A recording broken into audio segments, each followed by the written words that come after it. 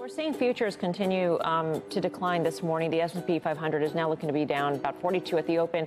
And so when we think about the difficulties that Europe could face, you mentioned all these insecurities, food, energy, et cetera. I mean, in the past, and I'm not trying to stoke alarmist fears or anything like that, but in certain parts of the world, that could lead to political instability.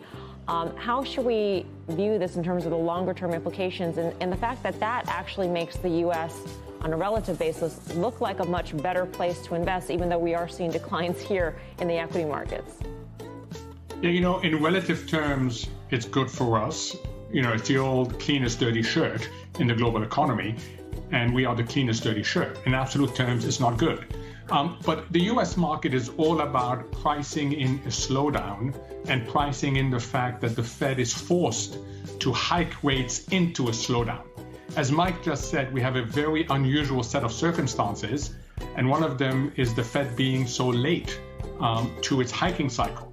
So the market is trying to internalize the slowdown and the Fed hiking into that slowdown. And that's exactly what you're seeing playing out in different segments of the market. There are silver linings of this, 3 in particular, but it doesn't feel good in the process. How do you think we weather Q2 earnings season? I'm wondering because, in terms of guidance, companies really have a dilemma here because we do see a rollover, in many commodity prices from spring highs. At the same time, they will not be rewarded for going out and saying that they have more clarity because who knows if this sort of rollover and inflation that we've seen is transitory or long-lasting. You're absolutely right. If you're sitting in corporate America right now, your cost side looks clearer because you get a sense that a lot of your input prices have peaked and are coming down. So on the expenditure side, it looks better. But on the revenue side, you now have a major uncertainty about demand because high and persistent inflation is destroying demand. So I suspect that you'll find that most corporate CFOs are going to be cautious about the outlook, not on account of the cost side, which is the story for last year, but on account of the revenue side. What do you make, Mohamed, of the decline that we've seen in the Treasury market in terms of yields? We were firmly above 3%. Now we're firmly below that. And is that a good thing ultimately? It's certainly good for the equity markets, at least for the time being. Yeah, and I would look, Melissa, if I may, at 2s10s. They're basically flat. Yeah. We're back to, I think, 1 basis point, which tells you that the marketplace is looking at a slowdown and is looking at the Fed hiking into the slowdown. I mean, this is the consistent theme throughout all the markets.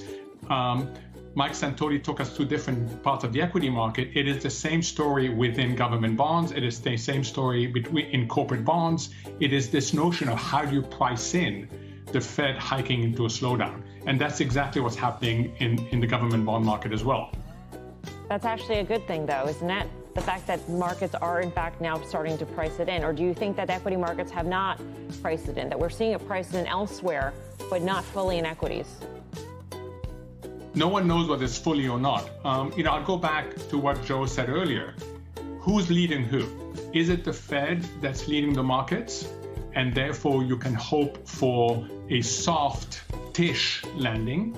Or is it, as I believe, the markets leading the Fed, which means that, once again, the Fed will be late to recognizing the change dynamics? That's a really important judgment. If you believe that it's the Fed leading the markets, then you would be more optimistic about markets in general than if you believe it's the markets leading the Fed.